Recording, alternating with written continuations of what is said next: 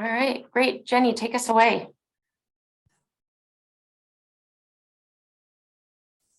Oh, Jen, you're on mute. And it's not Zoom without a mute. Sorry. I said I'll just share who I am and a little bit of background before I share my screen. So Jenny Johnson. I am currently a tribal planner, and my work area is from Nevada County all the way down through Fresno and Tulare County. But I sit in Auburn and work real close with Placer RCD and Cordy on a lot of prescribed fire and fuel reduction projects in the region.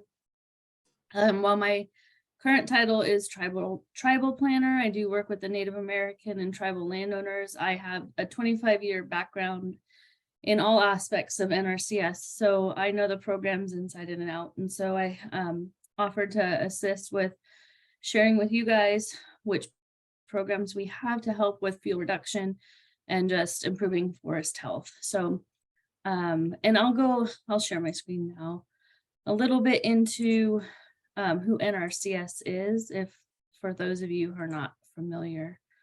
And how is that looking? That looks good, Jenny. How do I get rid of myself? I think you just have to drag it. There we go. Okay, because you guys don't need to see that.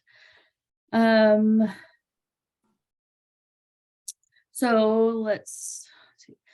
The Natural Resources Conservation Service, NRCS, our acronym SOUP, is an agency under the USDA, the Department of Ag, and it got started during the Dust Bowl with soil erosion service back then. And 1935 was the first name we had, but now we serve every aspect of natural resource conservation and management. So it's soil, water, air, plants, animals, and the human connection. And we are one of the rare federal agencies that's not regulatory. So we only come out to landowners upon request. We do not go out and regulate what's not being done proper. We actually come out and make suggestions on how to make improvements, and it's all voluntary.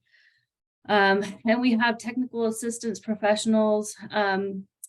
Our primary is natural resource planning. So we go to your property and we make a plan with you on what you want to do for your land. And we have engineers and who can design some projects if it involves erosion, and I'll get into a little bit more of that. So here's a few of the positions that we have. There's a lot more there, but the main bread and butter position is a soil conservationist. And that's where I serve currently on a regional basis with tribes, but I have been a soil conservation, which is resource professionals with all backgrounds. So my background is in animal science. You might have a background in geology or a background in engineering. And we have staff that can you can consult with on every aspect, and soil scientists, biologists, rangeland specialists, foresters. Now, not every office has these professions, but if it's a needed assist, our main state office is in Davis, and we have like a GIS specialist or a agronomy and plant materials specialist that we can have come out. The main thing we do is a conservation plan with a landowner. So a lot of people come into our door and ask for funding assistance, but the thing that is best is to go to NRCS and ask for a conservation plan, and we work with you for a number of months to figure out what it is you want to do and what your land is asking for to be repaired. And then once you have that plan, we come up with a suite of practices that need to be done, and then you can whittle away with those that are with our programs. We have a number of Farm Bill programs. And the number one Farm Bill program, which many of you may heard of, is EQIP, the Environmental Quality Incentive Program. It does a reimbursable financial assistance to private landowners Or if you're just leasing the land, you can get the permission from the landowner as an operator. Say if you are a livestock operator and you're leasing land and the deed is under someone else's name, that's fine. But EQIP works with the projects are completed, and then we have a specification that the projects have to be done to, and then we come out and work with you on that and pay you after the projects are done. And it could be anything. In our case today, we're going to talk mostly about forest or rangeland management, because that's the kind of the realm of the prescribed burn association. But that does include like improving your water quality and ground and surface water availability, soil erosion, enhanced wildlife habitat. Those are just some of the mains. So we do work in everything, like I said, from dairies to forest land, rangeland, cropland. We work in the conventional ag to help when the tractors now for the air quality, you have to turn in tractors and get a better efficient tractor. We can help with that. But up in our region, Placer and Nevada counties, primarily it's forest and rangeland with some cropland in the region, but all of it is included when we're out there doing our plan. So with the rangeland practices, a major one that we do is brush reduction and wildlife habitat enhancement. And if it's a range livestock operator, we look at water accessibility and better utilization of the grasses and wildlife habitat. And then forestry practices, we're looking at soil erosion, like I mentioned, wildlife and fish habitat, water quality, reducing erosion on the roads and some. And for us, forests are considered a crop because with a farm bill program, it's mostly looked at as properties where it's agricultural production. And with the tree mortality epidemic, that's where we kind of got put into a different realm where we're working with private landowners around their homes to reduce that fuel reduction to get rid of the trees that are causing a severe fire hazard and imposing dangerous scenarios for homes and the forest. But what we do is, I'm just going to do high cut. We look at the property and we look at different, what we call resource concerns. So for most of the forest health, we look at the degraded plant condition, water quality impacts on your surface water, like your streams. If it's a fish habitat, ordinarily or used to be, we look at how to restore that if it can be, or erosion, we look at different measures with our engineers on how to work on putting in water bars or alleviating erosion on some roads or water crossings. And then fish and wildlife habitat is also, like I said, included. The big one with forest stand improvement up in our foothills and forests is fuel reduction practices that we help do reimbursements on. A big one is mastication. So every property is treated different, and we work with the landowner on what they prefer. So some prefer mastication, some prefer hand treatment, dozer work.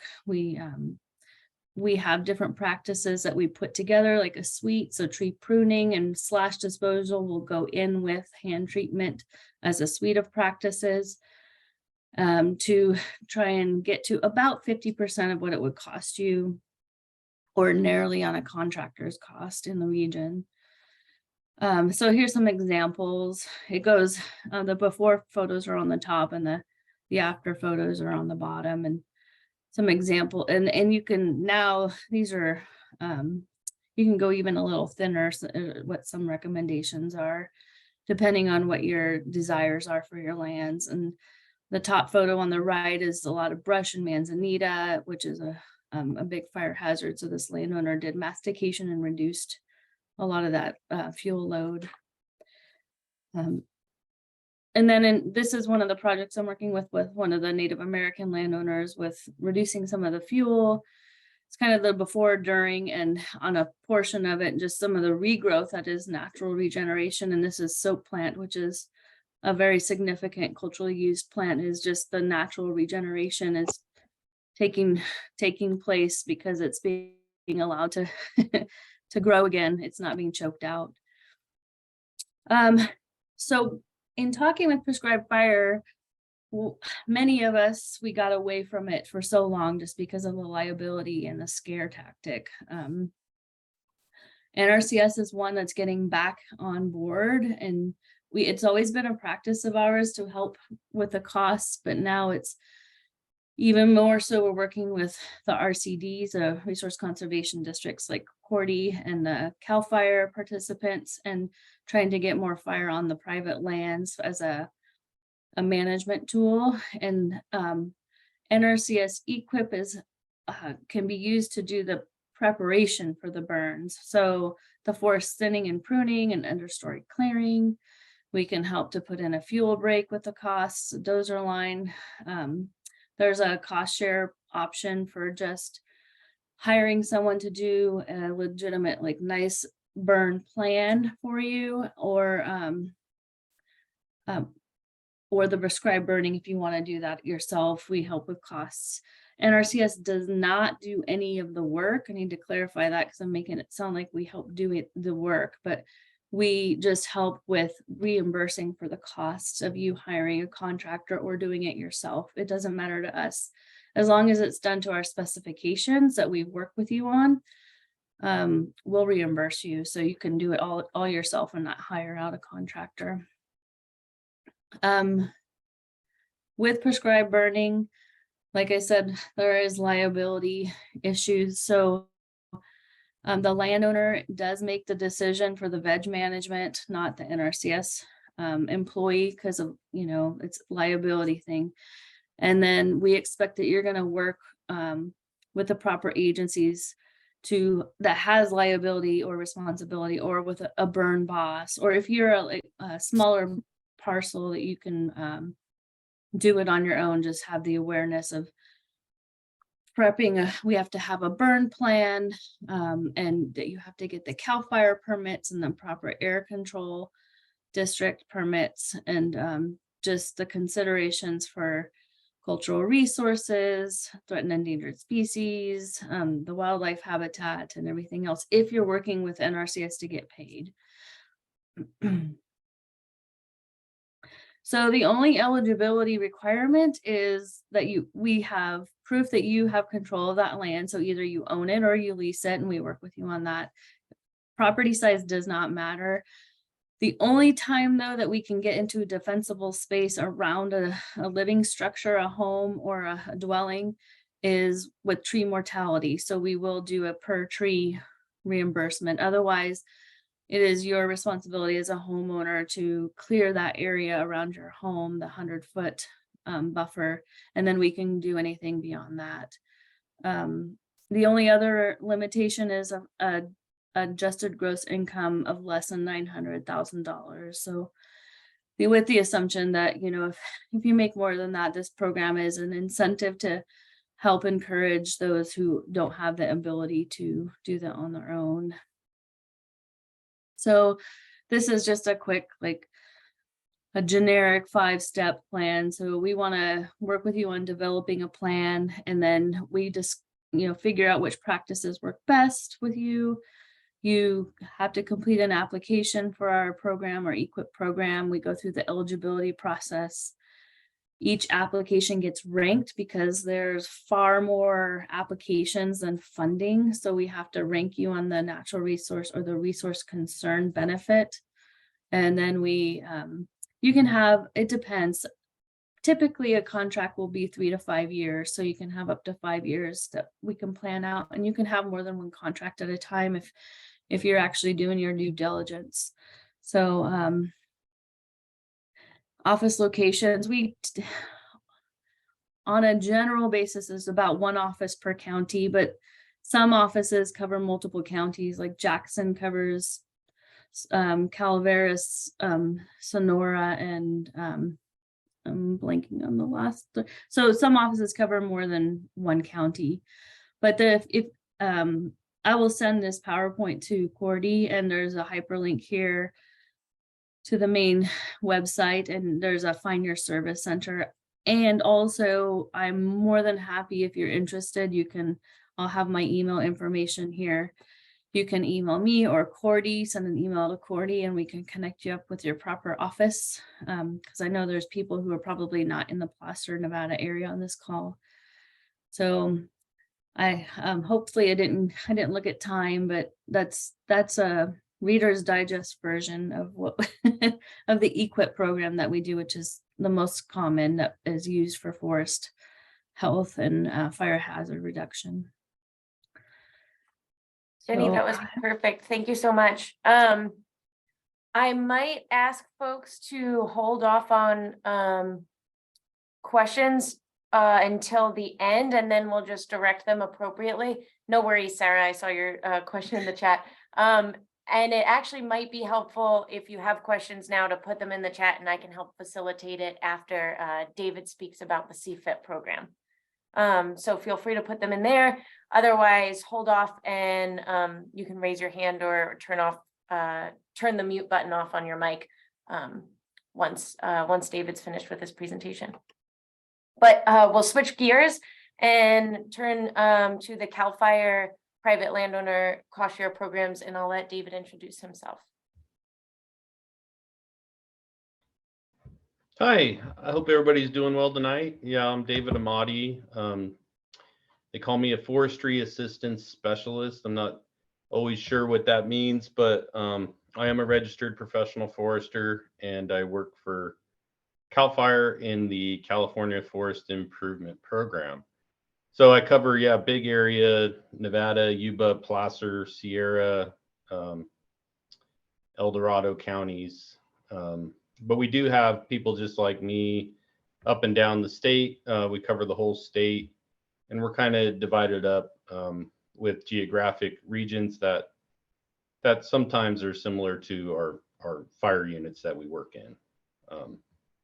So anyways, that's me, and I will now figure out how to share my screen because it has been a long time since I've done this too on Zoom.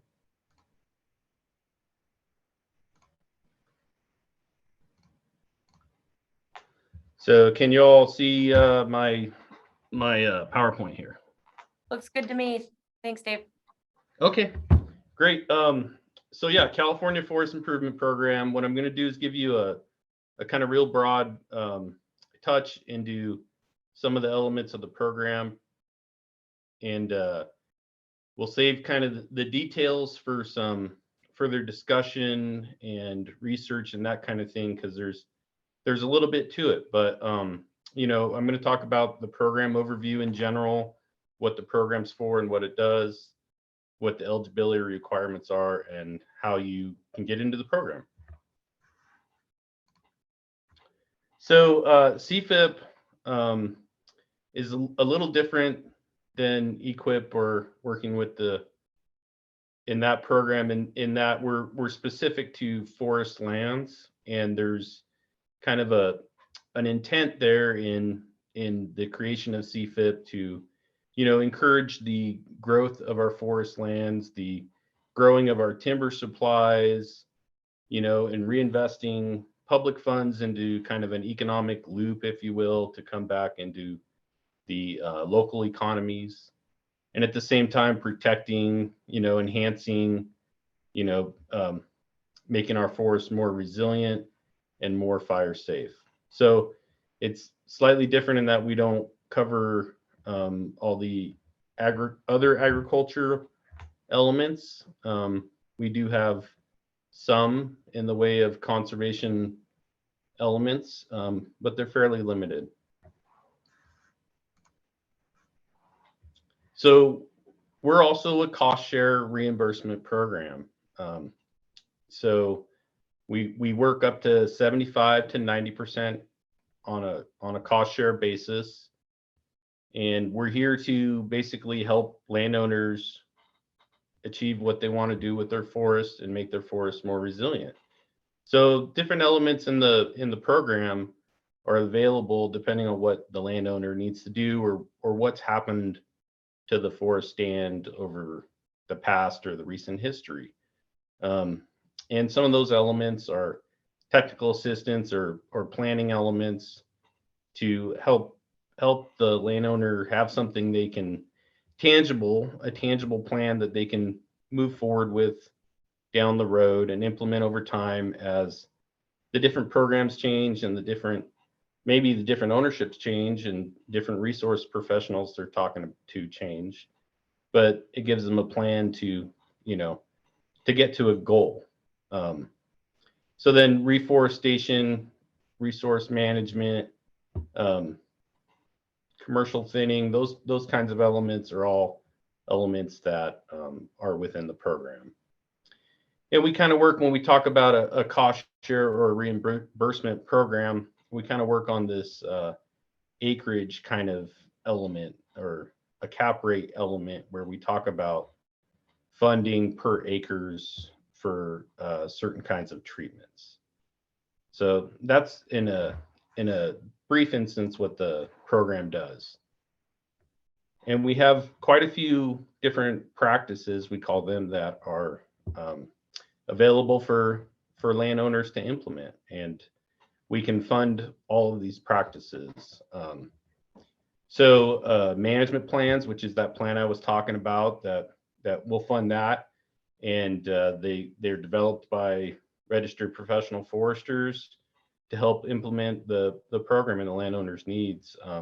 We'll fund addendums to go along with those, so other planning documents, if you will, archaeology addendums, geologic surveys, botanical addendums, and those are, the archaeology is kind of, that's usually something that's required on every property, but the other addendums are varied and specific to the needs of the property to implement their management plan. We do fund supervision of RPFs to oversee all these practices, site preparation, trees, planting, commercial thinning, release treatments or treatments to remove unwanted vegetation, brush or maybe non-commercial trees from trees that you want to retain or release or grow faster.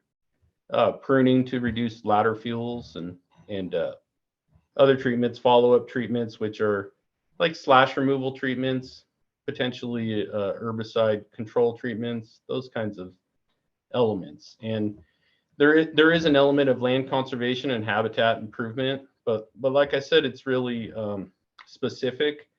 And if on your property you have a conservation need, that's definitely one time where you want to start early consulting with a forester and a person like me, the Forestry Assistance Specialist, to talk about that and see, if it's a fit for this program or not. Eligibility. So we work on an acreage of 20 acres up to 5,000 acres, and that's all set in statute, and there's not much that we can do to move outside of those acreages. So that can be a frustration sometimes for smaller parcels than 20 acres, but that's kind of what we have to work with, and we're able to accomplish a lot of good within that. And then forest land, as we're evaluating this, we're looking at least 10% canopy by native tree species. So that's really not a lot of canopy, and it applies to, I would say, a large portion of the state, if you can visualize that. So eligible landowners, just about any, private person or whatever their arrangements are, LLC, trust, government agencies, federal properties are not eligible. Those acreage limitations, those apply. But CFIP works with the deeded landowner, and that's one thing that is different than EQIP, was my understanding. We are not able to work with leaseholders. And the deeds are something, it's just part of our process and program. And we kind of have that conversation early on in the planning stage.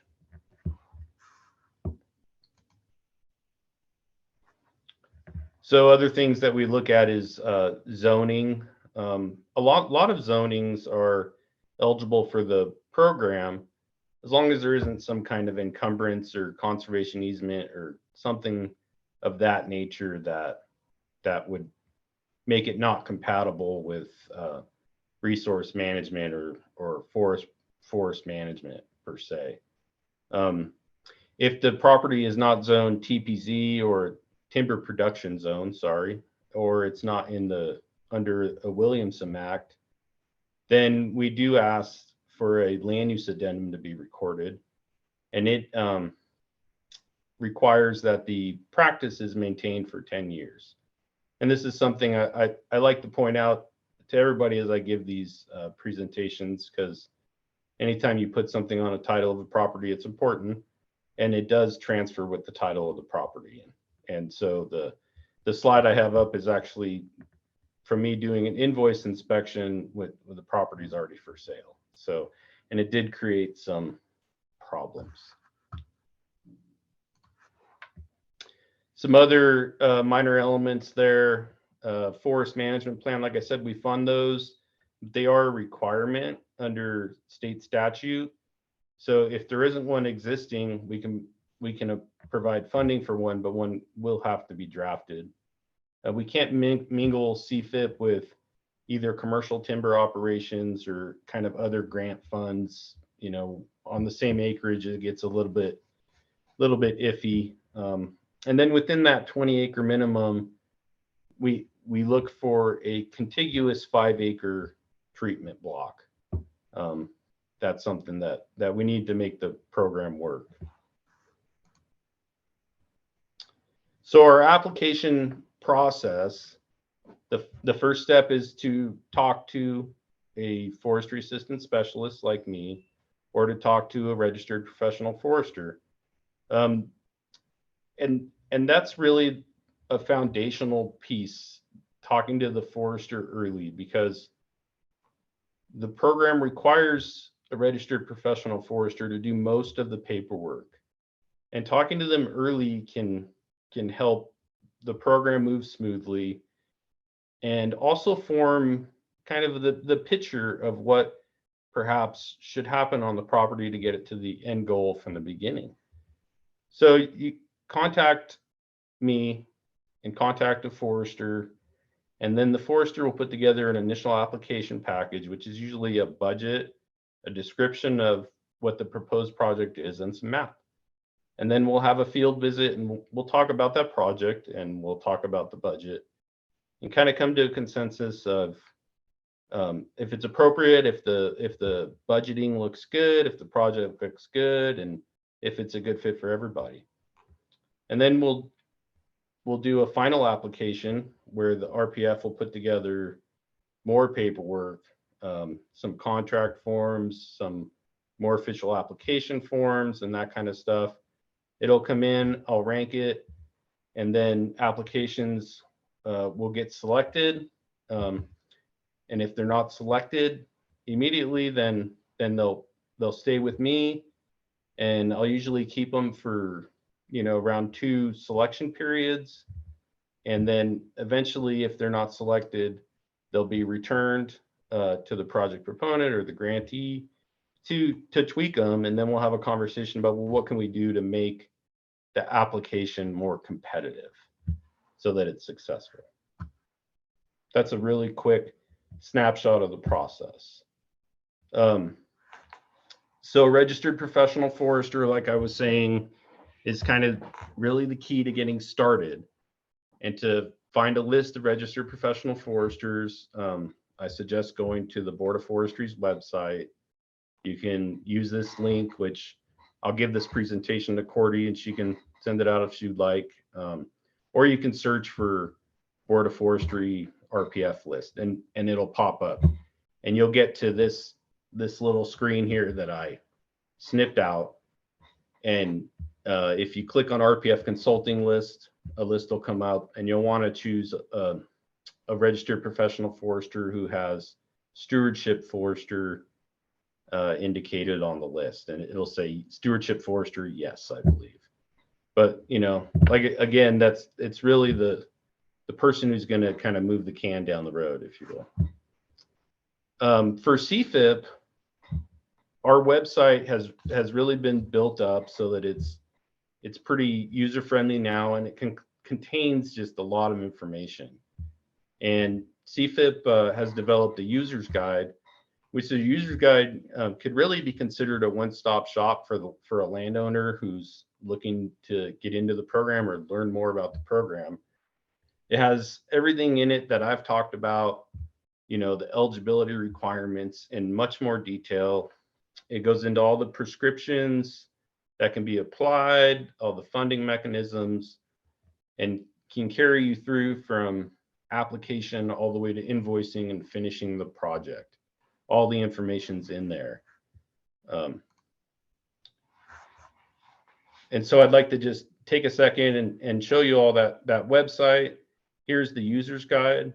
So I definitely recommend you take a look at that. You'll see that it has all that information, the introduction, eligibility, everything's there. The practices that you can, that apply and don't apply, instructions for how to apply, and talks about how we rank our projects so that everything is as transparent and available to the grantees as possible. This right here, contact the CFIP Forest Advisor, is a list of me and my partners by county. So this is our contact information.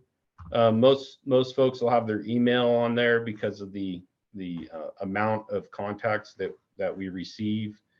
But you'll see by county, the person's name, email, their address. You can stop at their office and go see them if you'd like, whatever works for you. This right here is our cap rates that I was talking about. So if you click on that, you'll see this is the amount that can actually be paid per practice, the maximum amount.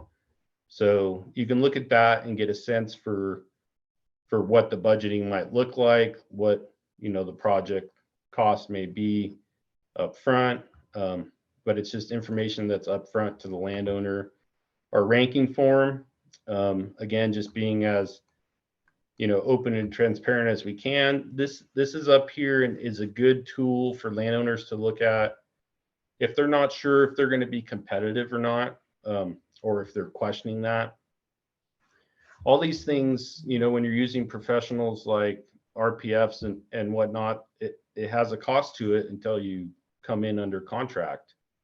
So if you look at this, you can see some of the things that we use to evaluate the project, and you could come up with the score yourself, and you could call your local FAS and have a conversation about where that score might sit and what the project might look like from a competitive nature. All the forms that you would need are in here, all down at the bottom. We have a button on the bottom where you can subscribe for email updates. They do send out blasts every once in a while, but they're generally tied to changes in funding, and they're not like constant emails. But if you want to hear about what's happening in the program or if there's changes, go ahead and please subscribe, and they'll send you updates. This is our funding cycle for this year, or what's remaining of it.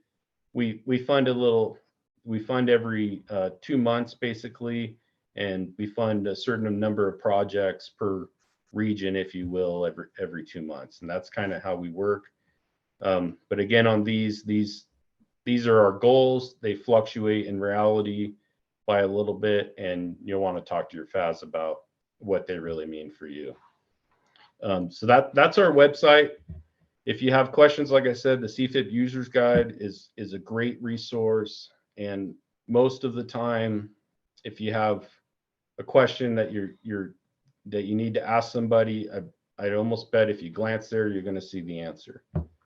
But that's that's what I wanted to show you with that.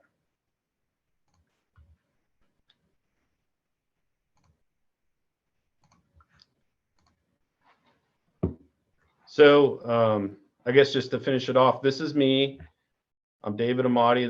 That's my email address, my phone number. I like to finish with this picture because I think it's a pretty good snapshot of an early stand and what CFIP is kind of trying to do for a small private landowner that maybe can't afford to manage that stand themselves. And then over time, they can come back to us for more help if they need more help managing it. So that's, I think, all I have on that for the group, and we'll see what questions there are. Thank you, David. That was perfect. And it leaves us plenty of time to answer the questions in the chat and any folks that want to speak up after we cover those. So I'll kind of facilitate these questions. If I'm not capturing your question appropriately, feel free to just turn your mic off mute and correct me.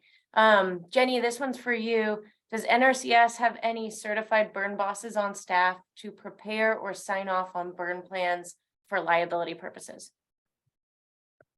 So we had one and he left our agency. So pretty much we work with contractors like through the Placer RCD or through CAL FIRE to try and hook landowners up with a network of certified burn bosses. For our purpose, though, with the prescribed burn, if you go through NRCS, you don't have to have a certified burn boss on our end. Now, if you prefer that, you can, but it's not required that it's someone who has NWCG certification when you're getting the reimbursement from us.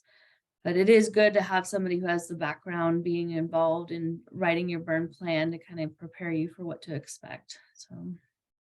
And that's been a recent change, right, Jenny? I know that Yeah. the prescribed burning practice has been changing rapidly. So I'm glad Jenny's here to update us. So just to clarify, if we're going to pay you to have a burn plan, like a thick, nice, whole plan on your burn, it does have to be someone with a certification. So you walk away with a nice plan that is legitimate, and you can keep that and use that for your burns. But if you're going to do the burn yourself, or you're just getting a conservation practice done on a line item in your EQIP contract, it does not require a certified NWs. The National Wildfire help me with the Coordinating group. Yes. So Perfect. Sarah, does that answer your question?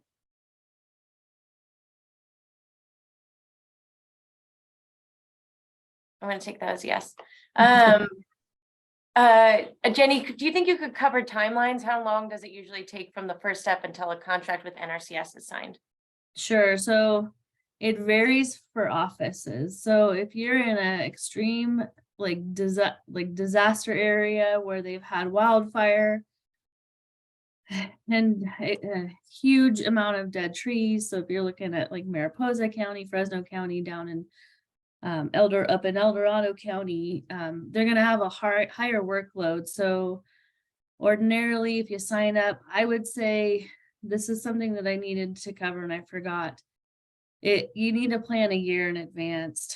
It doesn't always take that long, but by the time you actually fill out an application and you get ranked, we have an obligation to work with the archaeologists to make sure that there's no they have to do a survey with the State Historic Preservation Office and do a consultation with the tribe to make sure that everything is good, and we're going to use avoidance if there are archaeological sites on the property.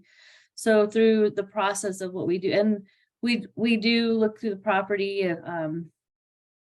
like if you're going to do some fuel reduction, and it's prime nesting season, then we have to have a biologist or just an employee come make sure that, no nesting areas are going to be destroyed or denning areas for important species like fishers or other endangered. So it does vary, but I would say if you want to get your work done tomorrow, unfortunately NRCS programs isn't fit that with that timeline.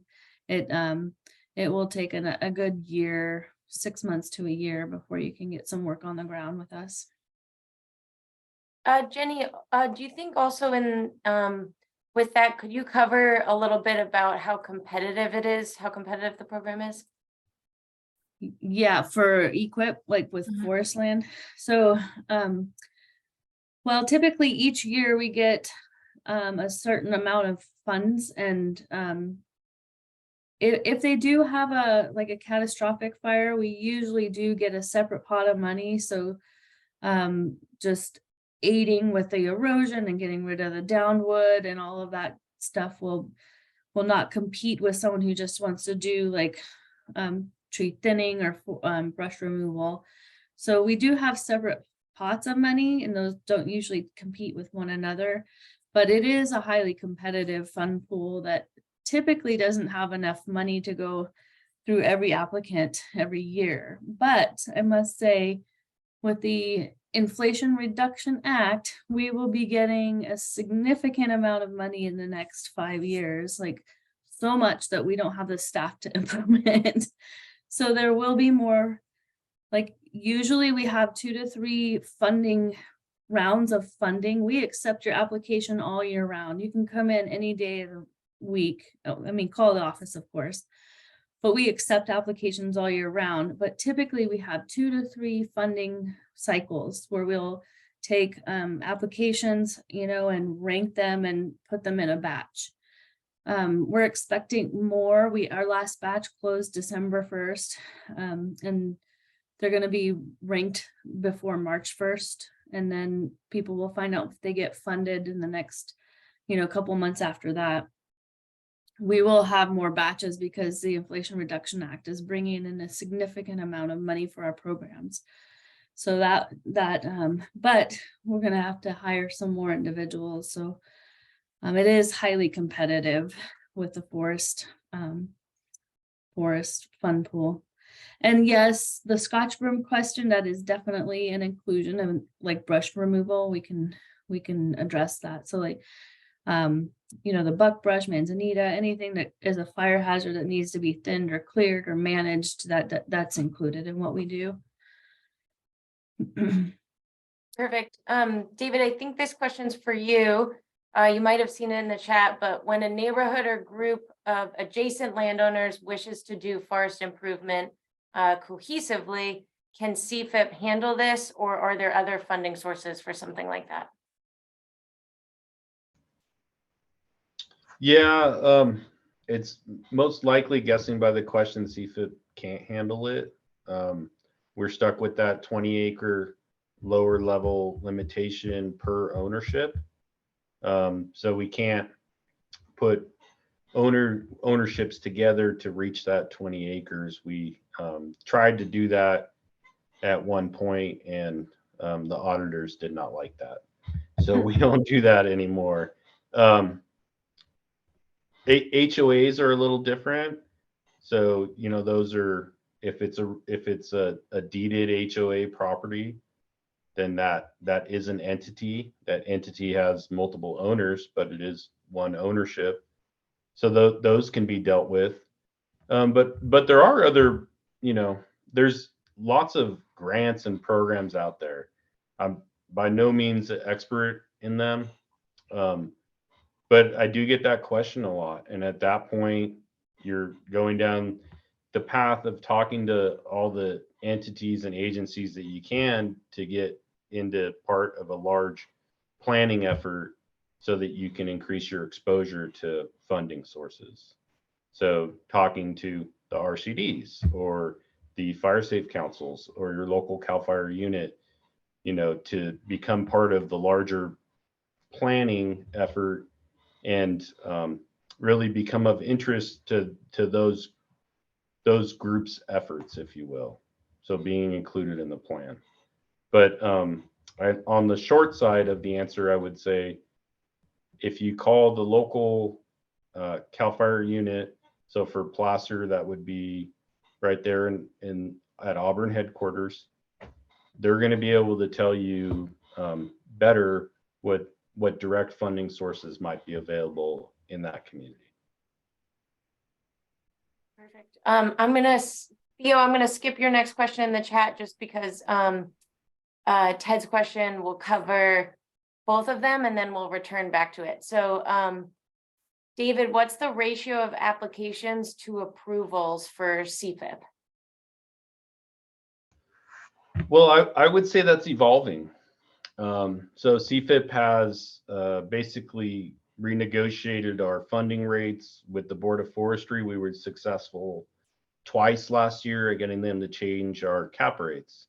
And so our cap rates are quite competitive now with what it costs on the market for implementation of forest health treatments. And so that's brought a lot of interest, you know. So I would say last year,